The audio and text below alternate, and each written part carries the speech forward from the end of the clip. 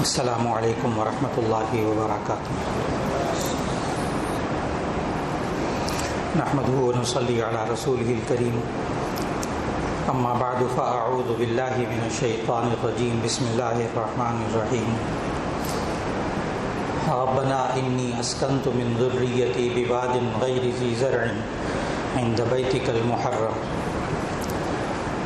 ربنا لیقیموا الصلاة فاجعل أفئدة من الناس تهوی الیہم وارزقہم من الثمرات لعلہم یشکرون۔ صدق اللہ العظیم۔ اللہ رب العزت نے انسان کو زندگی کے آداب سکھانے کے لیے انبیاء علیہم السلام کو بھیجا، ان پر کتابیں نازل فرمائیں، ان کو رہنما اصول دیے۔ ان انبیاء نے پھر انسانوں کے سامنے آ کر ان پر عمل کر کے دکھایا کہ ہم جو کچھ کرتے ہیں اللہ کے حکم سے کرتے ہیں، اور پھر اللہ کے حکم سے کرنے کے بعد اللہ تعالیٰ اس پر کیا نتائج مرتب کرتا ہے وہ اللہ نے دنیا میں دکھائے۔ آخرت میں اجر و ثواب پکا ہے، لیکن انسان کے اعمال کو، نیک اعمال کو اللہ تعالیٰ جب قبول فرماتا ہے اس کے اثرات انسان کو دنیا میں دکھاتا ہے۔ اور اس نیک اعمال میں سے سب سے بڑا نیک عمل یہ ہے کہ ہر شخص اپنے گھر کے اندر اپنا ذہن دینی بنائے، اپنی بیوی کا ذہن دینی بنائے، اپنے بچوں کا ذہن دینی بنائے۔ یہ دینی ذہن کیا ہوتا ہے؟ جس پر انبیاء علیہ السلام نے عمل کر کے دکھایا۔ یہ جملہ کہ بچوں کا بھی ذہن دینی بننا چاہیے، اولاد کا ذہن بھی دینی ہونا چاہیے، اپنا ذہن بھی دینی ہونا چاہیے، یہ ایک مبہم غیر واضح جملہ ہے جس کی تشریح بہت ضروری ہے۔ اور وہ یہ ہے کہ سب سے پہلے اپنے اور بیوی بچوں پر، ان کے ایمان پر محنت کرنا۔ وہ ایمان پر محنت کیا ہے کہ اللہ کی بڑائی ان کے دل کے اندر پیدا کرنا، اللہ ہے کون اس کا تعارف کرانا بار بار، یہاں تک کہ وہی اللہ دینے والا ہے، وہی اللہ زندگی دینے والا ہے، وہی رزق دینے والا ہے، وہی موت دینے والا ہے، وہی پریشانیاں دینے والا ہے، وہی پریشانیوں کو حل کرنے والا ہے۔ اور بیوی کو پتہ ہو اور بچوں کو پتہ ہو، بیوی کو پتہ ہو کہ یہ شوہر جو حکم دے گا، جو کام کروائے گا مجھ سے، جو حکم دے گا وہ اللہ کے حکم کے مطابق ہوگا۔ اور بچوں کو یہ بات معلوم ہو کہ میرا باپ گھر کے اندر خلاف شرع بات کا حکم نہیں دیتا، ناجائز بات کا حکم نہیں دیتا۔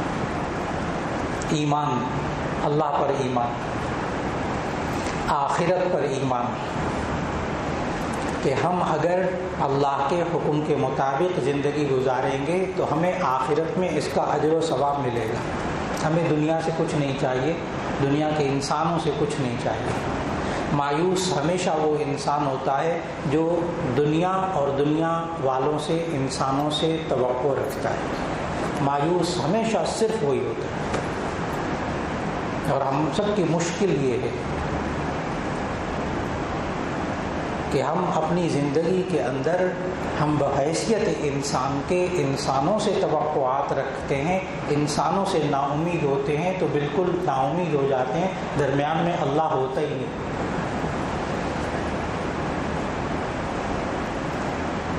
اس لیے اللہ پر ایمان اور عقیدہ آخرت، آخرت پر ایمان، اور پھر اس کے بعد اللہ نے جو فرائض، جو انسان کے ذمے کام فرض قرار دیے ہیں ان کو سمجھانا، ان کو واضح کرنا۔ 5 ارکان ہیں۔ کلمہ طیبہ کا اقرار ساری زندگی میں 1 مرتبہ فرض، پھر اس کے بعد جتنا کلمہ طیبہ پڑھیں وہ سنت، ایک مرتبہ مسلمان ہونے کے لیے فرض۔ نمبر 2 نماز 5 وقت روزانہ۔ نمبر 3 زکوٰۃ، وہ بھی مالدار پر، ہر شخص پر نہیں، وہ بھی سال میں 1 مرتبہ۔ روزہ پورے سال میں 1 مہینہ 1 مرتبہ، 1 مہینہ بس۔ حج پوری زندگی میں 1 مرتبہ، وہ بھی صاحب استطاعت پر۔ لہذا بیچ میں بات کیا رہ گئی؟ روزانہ کرنے والی کام، فوراً سمجھ میں آیا، روزانہ کرنے والے کام 5 وقت نماز۔ اگر میں صرف یہ کہتا نا کہ بس 5 وقت نماز پڑھا کریں تو لوگ پتہ کیا کہتے اچھا بس نماز ہی اور کچھ نہیں ہے۔ نہیں، میں نے تو پورے فرائض سامنے رکھ دیے کہ 5 ارکان ہیں اسلام کے، اور وہ کب کب کرنے ہیں، تو اس میں خلاصہ یہ نکلا کہ نماز روزانہ کا کام ہے، فرض۔ پھر ایک دوسرے کے حقوق سکھانا کہ کس کا کیا حق ہے، اس گھرانے کے اندر سے سچ کو پیدا کرنا، جھوٹ کو اس خاندان سے نکالنا، حسد کو، بغض کو، نفرتوں کو، کینوں کو وہاں سے نکالنا ان انسانوں کے اندر سے۔ باپ کو پتہ ہو کہ یہ بیوی مجھ سے نفرت نہیں کرتی، بغض نہیں کرتی، اس کے دل میں کینہ نہیں ہے۔ بچوں کو بھی پتہ ہو کہ یہ باپ مجھ سے محبت کرتا ہے، نفرت نہیں کرتا، جو کچھ کہے گا، جو کچھ ہمارے لیے کرے گا وہ ہمارے فائدے کے لیے ہوگا۔ کاش کہ ہم یہ اعتماد اپنے بچوں کا حاصل کر سکتے، کاش بیوی کا اعتماد حاصل کر سکتے، کاش بیوی شوہر کا اعتماد حاصل کر سکتی، دین کے اعتبار سے، دینی کاموں۔ کاش بیوی یوں کہے کہ یہ شوہر ہمیشہ سچ بولتا ہے، اس نے ساری زندگی، اتنے 25-30 سال ہو گئے، آج تک اس نے مجھ سے جھوٹ نہیں بولا۔ کاش بیوی یہ کہہ سکے، کاش شوہر یہ کہہ سکے کہ بیوی نے آج تک مجھ سے جھوٹ نہیں بولا۔ یہ بنیادی باتیں ہیں، ان کے کرنے کے بعد اگلی بات عرض کرنے لگا ہوں، کیونکہ اس کے بعد والی جو باتیں کروں گا وہ سب بیکار باتیں ہوں گی اگر یہ بنیاد نہیں ہوگی۔ اگر گھروں کے اندر یہ بنیاد نہیں ہوگی، سب بیکار باتیں، ایسی خامخواہ تقریریں، وعظ، نصیحتیں، بیکار۔ بنیاد یہ، میں یہ کام کروں گا، اللہ مجھے کیا دے گا، اللہ میرے ساتھ دنیا میں کیا کرے گا، اور آپس کا اعتماد۔ اس لیے شروع میں جو آیات پڑھی وہ اصل میں دعائیں ہیں حضرت ابراہیم علیہ السلام کی۔ وہاں آپ کو نظر آئے گا کہ بیوی کیسی، شوہر کیسا، آپس کا اعتماد کیسا، باپ بھی قربانی کے لیے تیار، بیٹا بھی قربانی کے لیے تیار، بیوی بھی قربانی کے لیے تیار۔ کہ ہوا کیا کہ حضرت ابراہیم علیہ السلام کو اللہ تعالیٰ نے حکم دیا، وہ کنعان سے، وہاں سے حکم دیا کہ مکہ مکرمہ میں آ کر اپنی بیوی بچوں کو چھوڑ جاؤ یہاں۔ وہ بیوی کو اور بچے کو چھوڑ دیا، بچہ دودھ پیتا تھا۔ صحاح ستہ کی حدیث ہے کہ جب وہ بیوی اور بچے کو چھوڑ کر جا رہے تھے، نہ پانی ہے نہ کھانے کو کچھ ہے، لیکن اللہ کے حکم سے۔ تو حدیث میں موجود مستند حدیث، نبی صلی اللہ علیہ وسلم نے سمجھایا کہ جب وہ چھوڑ کر جا رہے تھے بیوی اور بچے کو، تو شیطان نے ورغلایا کہ دیکھو بڑھاپے کا سہارا ہے۔ ذہن میں رکھیے گا کہ حضرت ابراہیم علیہ السلام کے جب پہلا بچہ ہوا ہے اسماعیل، تو اس وقت ابراہیم علیہ السلام کی عمر 90 سال تھی، پہلا بچہ، بڑھاپے کا سہارا۔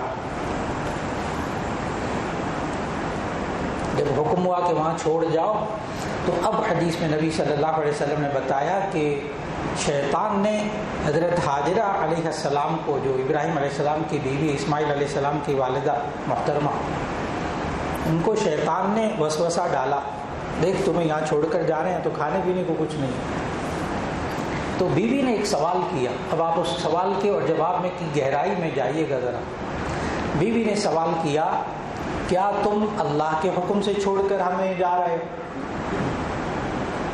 کیا تم اللہ کے حکم سے چھوڑ کر جا؟ شیطان نے وسوسہ ڈالا. تو بیوی نے سوال کیا حضرت حاجرہ نے کیا تم اللہ کے حکم سے چھوڑ کر جا رہے ہو یہاں میں؟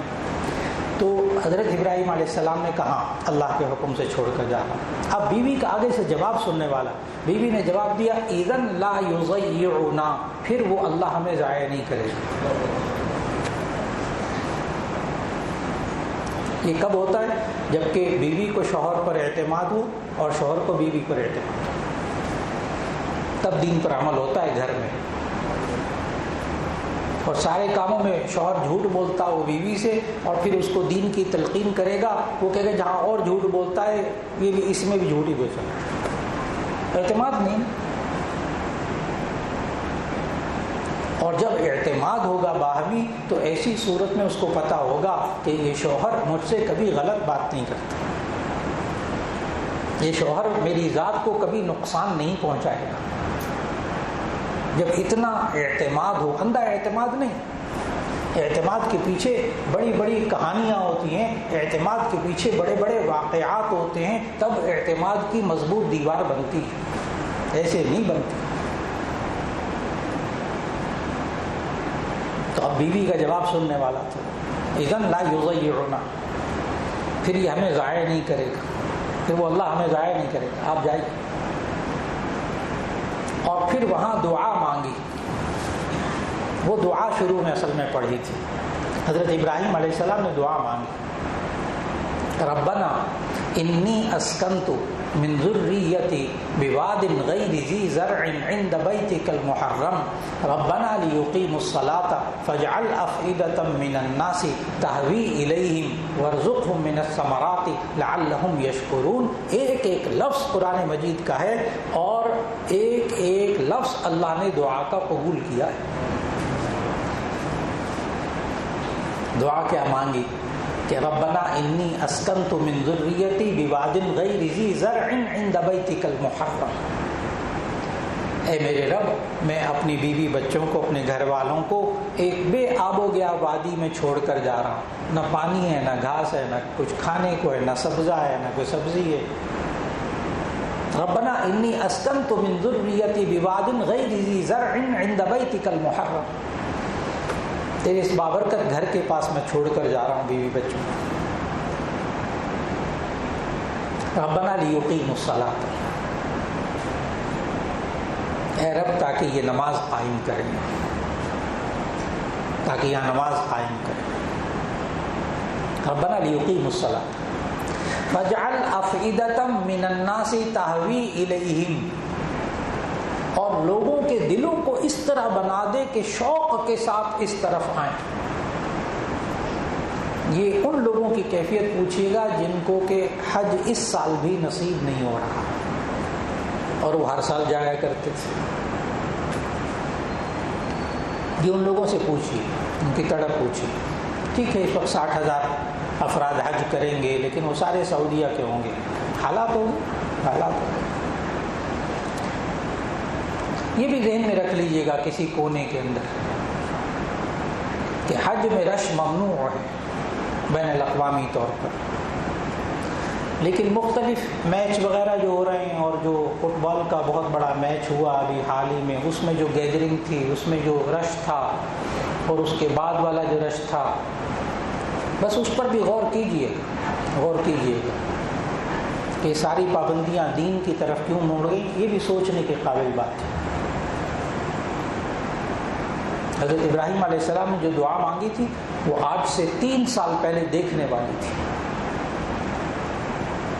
30 لاکھ بندہ حج کرتا تھا، 40-35 لاکھ بندہ عام قانونی طور پر حج کر رہا ہوتا تھا. لوگوں کے اندر شوق ہوتا تھا، پیسے جمع کر رہے ہیں، سارا سال لگا رہے ہیں، اور پیسے جمع کرنے کے بعد حج کرنے کے لیے جا رہے ہیں. نفلی حج کرنے والے، فرض حج کرنے والے جا رہے ہیں. شوق، یہ خام خواہ کا شوق نہیں تھا، حضرت ابراہیم علیہ السلام کی دعا تھی. فَجَعَلْ أَفْئِدَةً مِّنَ النَّاسِ تَهْوِي إِلَيْهِ، اے اللہ لوگوں کے دلوں کو اس طرح بنا دے کہ اس کی طرف شوق سے آئیں. اور پھر یہ دعا مانگی کہ وَارْزُقْهُم مِّنَ الثَّمَرَاتِ لَعَلَّهُمْ يَشْكُرُونَ. اے اللہ ان کو رزق عطا فرما. یہ بیوی بچوں کو ایسی جگہ چھوڑ کے جا رہا ہوں. اے اللہ ان کو رزق عطا فرما لَعَلَّهُمْ يَشْكُرُونَ تاکہ یہ شکر کریں تیرا. اگتا اب بھی نہیں ہے وہاں سب کچھ، لیکن دنیا کے کونے کونے سے ایک ایک پھل ایک ایک چیز جو ہمیں دنیا کی کبھی دیکھی نہیں ہوتی وہ وہاں جا کر مل جاتی. پاکستان کا قیمتی ترین پھل، بہترین پھل وہاں پہنچتا ہے، پہلے ہمارے سے پہلے پہنچتا تھا. اللہ کا نظام، اللہ کا نظام. اللہ نے پھر وہاں خوب رزق سے نوازا.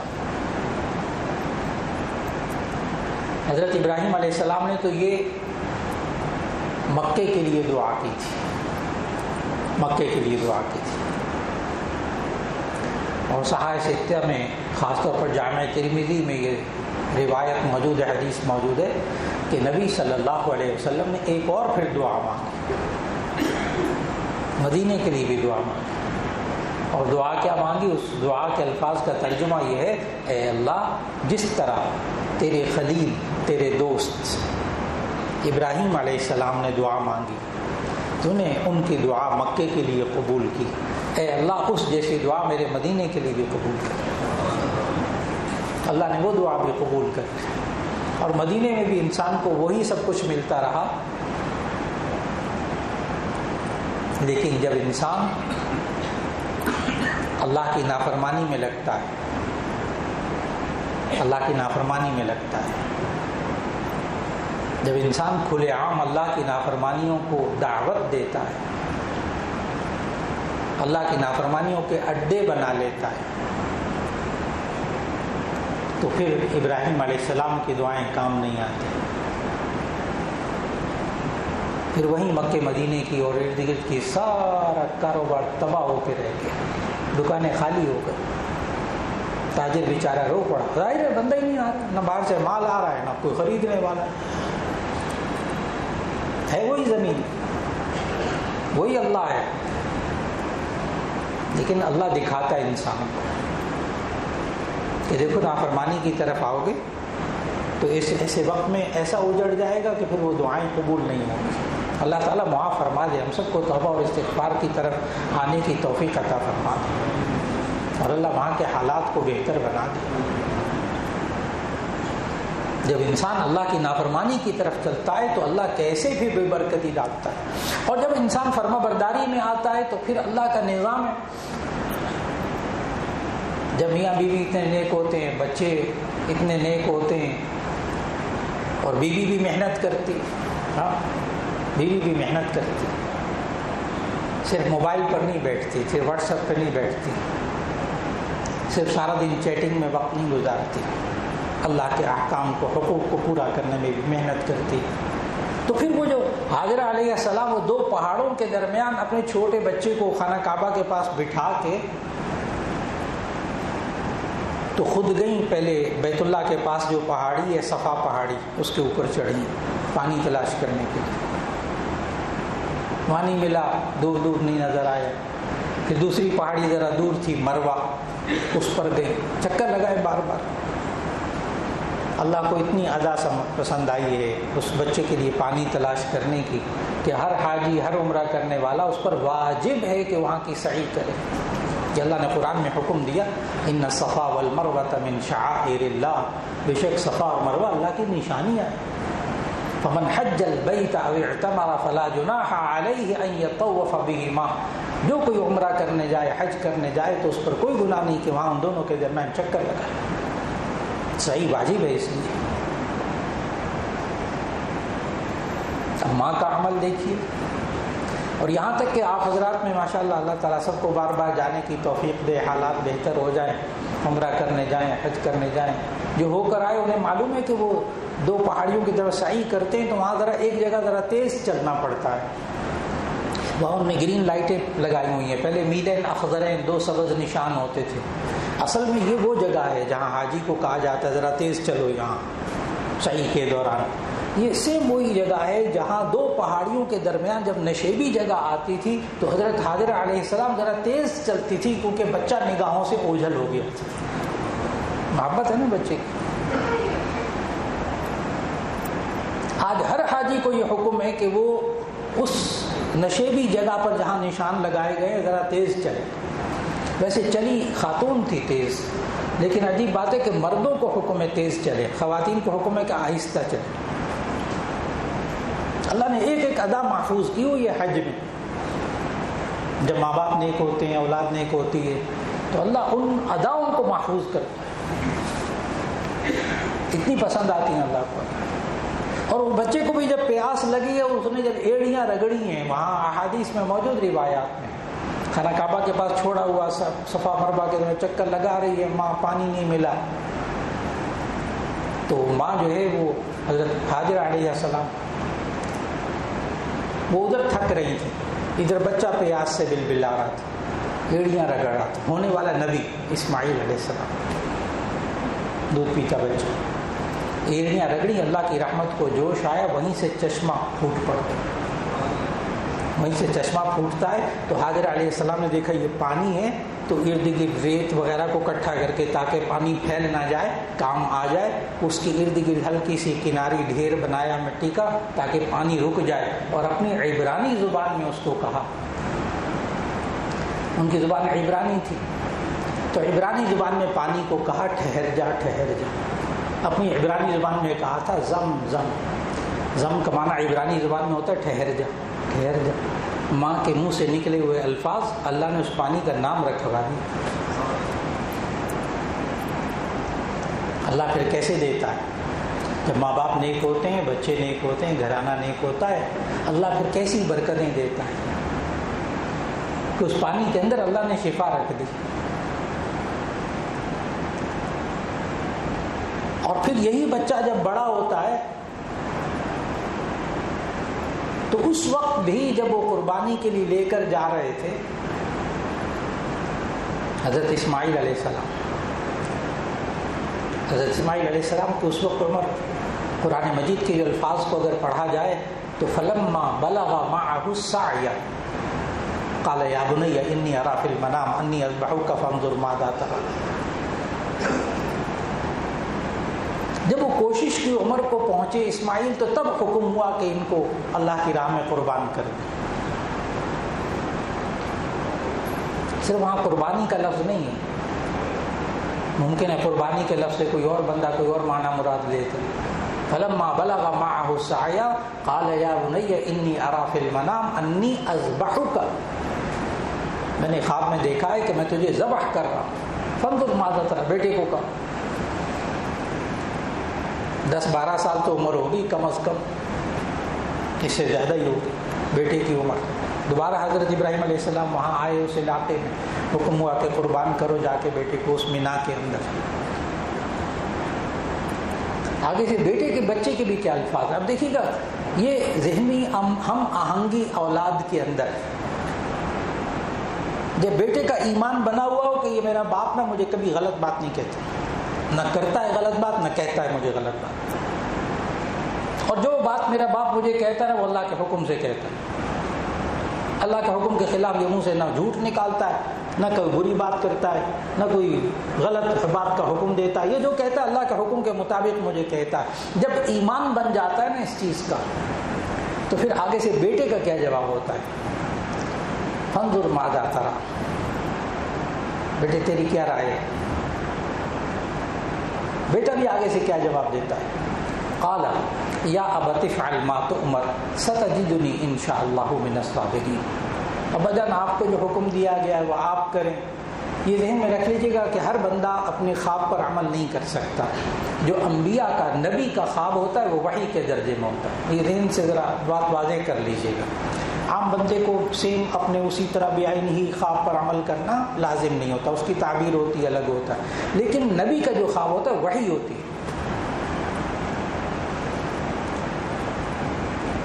اور پھر جب وہ ذبح کرنے کے لیے مشورہ مانگتے ہیں تو کہتے ہیں یا ابت افعل ما تؤمر ستجدنی ان شاء اللہ من الصابرین، اے بدن آپ وہی کیجیے جس کا آپ کو اللہ نے حکم دیا ہے، آپ مجھے ان قریب صبر کرنے والوں میں سے پائیں گے۔ اب دیکھیے گا بیٹے اور باپ میں ہم آہنگی کہ باپ مجھے غلط بات نہیں کر سکتے، ہم کہو مجھے ذبح کرنے لے کے جانا نا، پتہ ہے یہ غلط بات کبھی نہیں کرتا باپ۔ بتا رہا ہوں کہ جب آپس میں اعتماد ہوتا ہے میاں بیوی کا، بچوں کا، کسی خاندان کے اندر، اللہ اس میں کتنی برکتیں دیتا ہے۔ جب وہ لے جا رہے تھے تو پھر شیطان پھر اپنا کام کر رہا تھا۔ وہ ایک جگہ شیطان سامنے آیا اور آ کر کہا بڑھاپے کا سہارا ہے، نوجوان بچہ ہے، ذبح کرنے لے کر جا رہے، کچھ خیال کرو۔ حضرت ابراہیم علیہ السلام فوراً سمجھ گئے کہ یہ شیطان ہے، کیونکہ جب کوئی انسان بھی سامنے آ کر اللہ کے حکم سے گھمانے کی کوشش کرے نہ دائیں بائیں، سمجھ لیجئے یہ انسان شیطان نما انسان۔